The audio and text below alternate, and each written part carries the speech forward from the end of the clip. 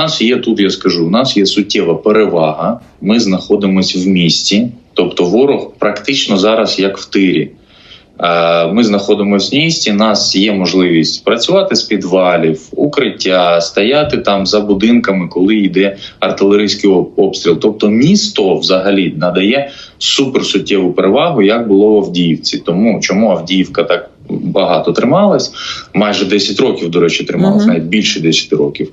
Ось, тому що були заводи, були висоти, була 14-етажка, були залізна дорога і так далі. І Авдіївку вдалося взяти, якщо пам'ятаєш, тільки отак в Клєшні, коли обійшли вже місто, зробили логістику дуже важкою, і тоді взяли Авдіївку. Я думаю, що противник буде намагатись зробити також само з Покровськом, Мирноградом, обходячи в так звані Клешні і контролюючи місто з усіх боків.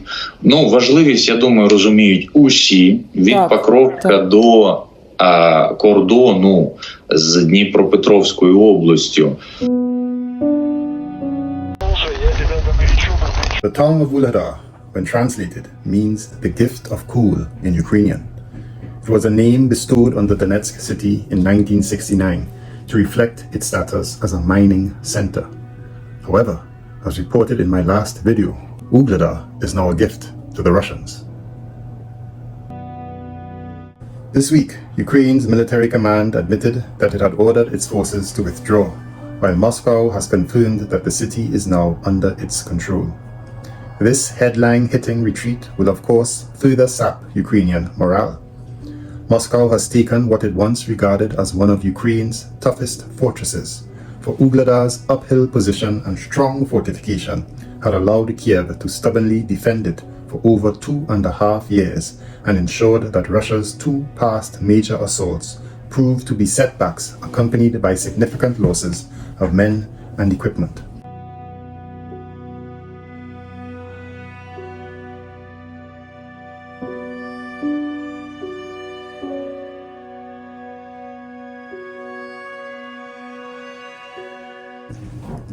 Its fall also occasions an embarrassment for President Volodymyr Zelensky that, while he was recently in America touting his victory plan to US officials, the signs coming from Vuhledar were only of an approaching defeat.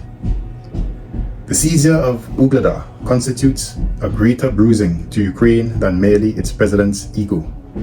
A supply hub, the city's position on elevated ground at the intersection of the eastern and southern fronts made it a useful vantage point from which Ukrainian forces could shell Russian military supply lines.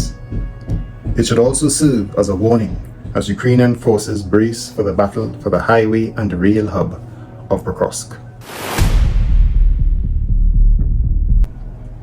Pokrovsk had always played the role of an important railway center serving the needs of Ukraine's heavily industrialized east.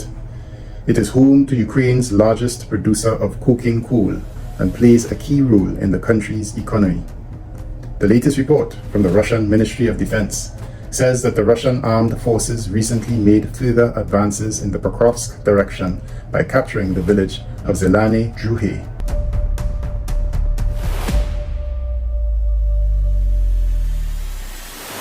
And while Russian forces are still about 4 miles away from the town, Western media reports see its capture by the Russians as being almost inevitable.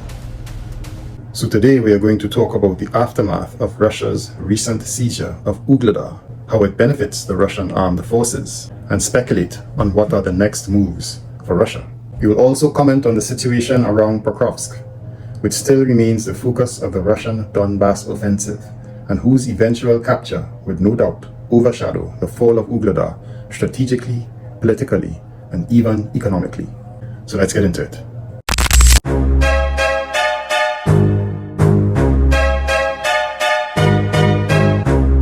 As for Moscow's recent battlefield victories, Vuhledar is not in itself that valuable a gift for the Russians. This is how Western independent media views it. Having controlled most of the main roads leading from Vuhledar for weeks, capturing the city offers Moscow no new logistical advantages. What's more, the Russian conquering forces will now have to endure the perilous and time-consuming task of clearing Vuhledar of mines and heavy ordnance before it can become a usable position. While Russian troops may have found it tricky getting into Vuhledar, getting out may prove difficult as well. Accessing nearby roads leading to other frontline areas will mean crossing large tracts of open fields just as the rainy season begins.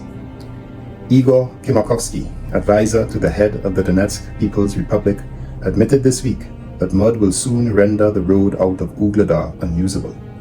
Even if Russian forces manage to overcome the treacherous terrain, they will have to wage further battles against such heavily fortified towns as Konstantinivka, Selidove, and Kramatorsk if they are to make progress in the north and northeast.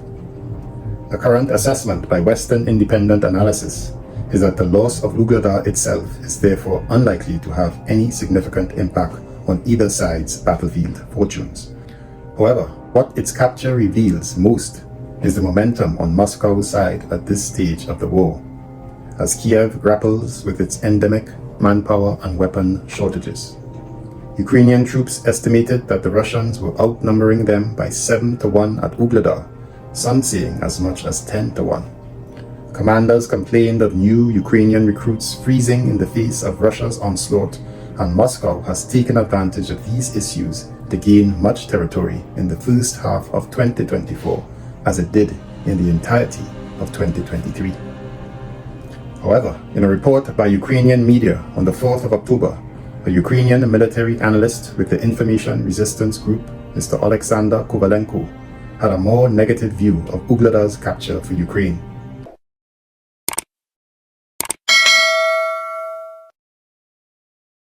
He said that it produces several negative consequences. Previously, he said the Ukrainians were able to maintain complete fire control over the railway line from Donetsk to Vuhledar.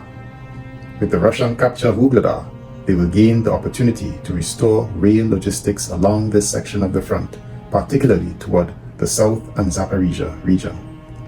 Either way, this latest defeat is undoubtedly, at least symbolically, painful for the Ukrainian armed forces. But as independent analysts point out, losing more strategically vital towns such as Pokrovsk could spur further Russian advances. The UK's Defence Ministry reported that after Vuhledar, they expect Russia to advance on the towns of the Novoselka in the Zaporizhia region, which sits on the T-0509 highway, as well as the town of Bohoyavlenka, which is a mere 8 kilometers to the north of Vuhledar.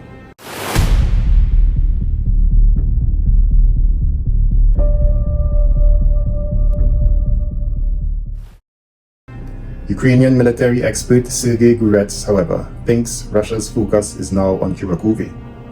In an interview with Ukrainian media, he commented that Russia's actions haven't changed.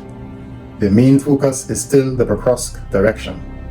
After capturing Vuhledar, he believes the Russians are stepping up their offensive toward Kharkiv, with Ukrainian defenses centered around Bohoyavlenka.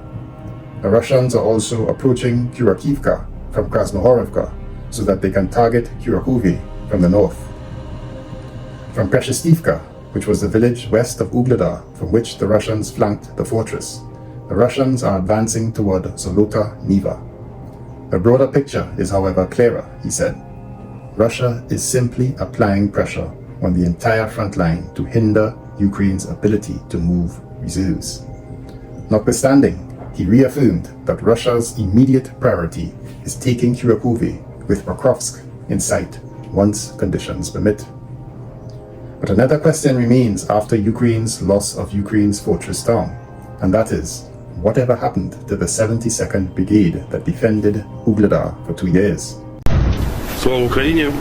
Ми, військовослужбовці 72-ї бригади, хочемо звернутися до президента України, пана Володимира Зеленського. The reports seem conflicting.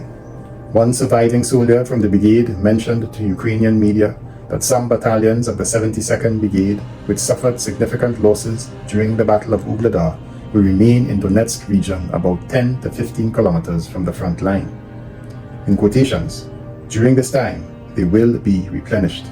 The rest of the units will continue to defend this direction, said the soldier. Another soldier added that the brigade is still in the same direction because, and I quote, there is no one to take their place. the 72nd Brigade has not had a rotation since August of 2022. Ukrainian media attempted to contact the brigade's press service for a comment and was told that due to the tough situation in the area, media interactions are on hold.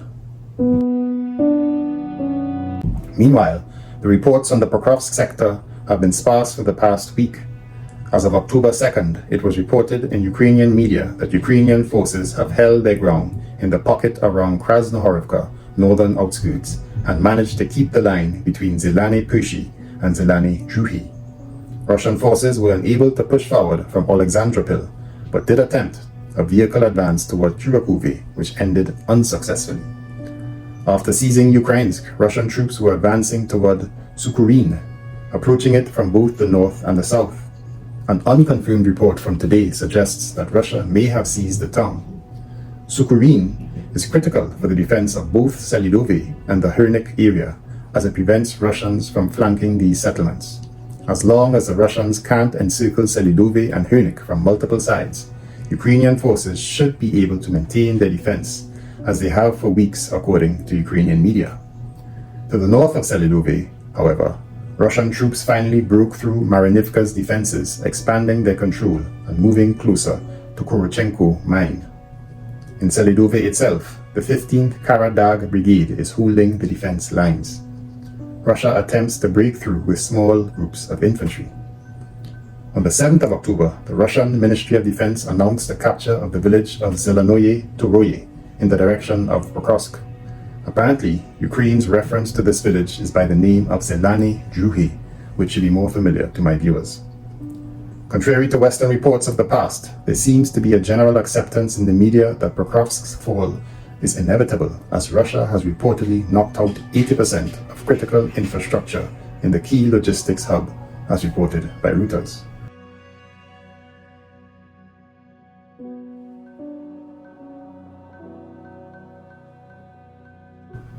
Sergei Dobryak, Pokrovsk military administration head, said Russian forces were about 7 kilometers or 4 miles away from the town.